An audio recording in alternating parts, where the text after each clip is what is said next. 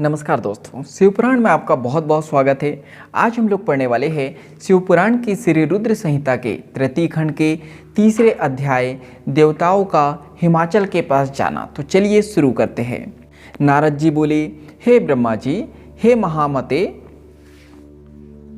नारद जी बोले, हे ब्रह्मा जी, हे महामते, आपने अपने श्रीमुख से मैना के पूर्व जन्म की कथा कही जो कि अद्भुत व अलौकिक थी।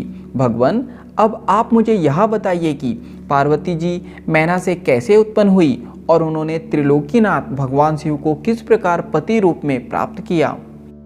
ब्रह्मा जी बोले, हे नारद, मैना और हिमवान के विवाह पर बहुत उत्सव मनाया गया। विवाह के पश्चात वे दोनों अपने घर पहुँचे। तब हिमालय और मैना सुखपूर्वक अपने घर में निवास करने लगे। तब श्रीहरि अन्य देवताओं को अपने साथ लेकर हिमालय के पास गए। तब देवताओं को अपने राज दरबार में आया देखकर हिमालय बहुत प्रसन्न हुए। उन्होंने सभी देवताओं को प्रणाम कर उनकी स्तुति की। वे भक्ति भाव से उनका आदर सत्कार करने लगे। वे देवताओं की सेवा करके अपने को धन्य मान रहे थे। मुने हिमालय दोनों हाथ जोड़कर उनके सामने खड़े हो गए और बोले, भगवान, आप सबको एक साथ अपने घर आया देखकर मैं प्रसन्न हूँ। सच कहूँ तो आज मेरा जीवन सफल हो गया। आज मैं धन्य हो गया हूँ। मेरा राज्य और मेरा पूरा कुल आपके दर्शन मात्र से ही धन्य हो गया। आज मेरा तप, ज्ञान और सभी कार्य सफल हो गए हैं। भगवान, आप मुझे अपना सेवक समझे और मुझे आज्ञा दे कि मैं आपकी क्या सेवा करूं। मुझे बताइए कि मेरे योग्य क्या सेवा है। गिरिराज, हिमालय के ये वचन सुनकर देवतागण प्रसन्नतापूर्वक बोले, हे हिमालय, हे गिरिराज, देवी जगदम्बा उमा ही प्रजापति दक्ष के यहाँ उनकी कन्या सती के रूप में प्रकट हुई।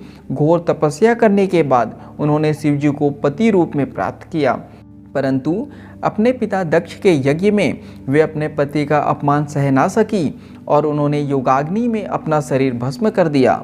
यह सारी कथा तो आप भी जानते ही हैं। अब देवी जगदम्बा पुनः धरती पर अवतरित होकर शिवजी की अर्धांगिनी बनना चाहती है। हे हिमालय, हम सभी यह चाहते हैं कि देवी सती पुनः आपके घर में अवतरित हो।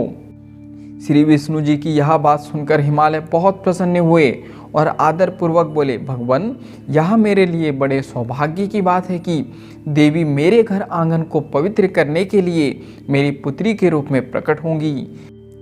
तब हिमालय अपनी पत्नी के साथ और देवताओं को लेकर देवी जगदम्बा की शरण में गए। उन्होंने देवी का स्मरण किया और श्रद्धापूर्वक उनकी स्तुति करने लगे।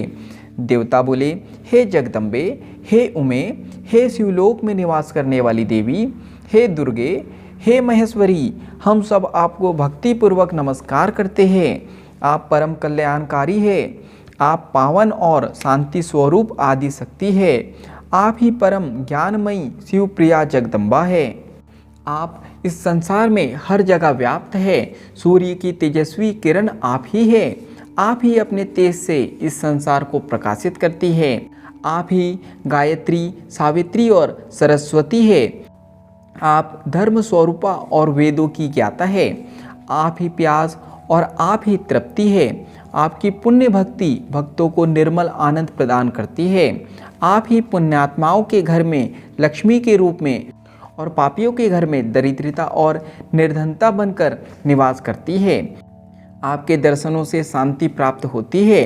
आप ही प्राणियों का पोषण करती है तथा पंचभूतों के सार तत्व से तत्व स्वरूपा है।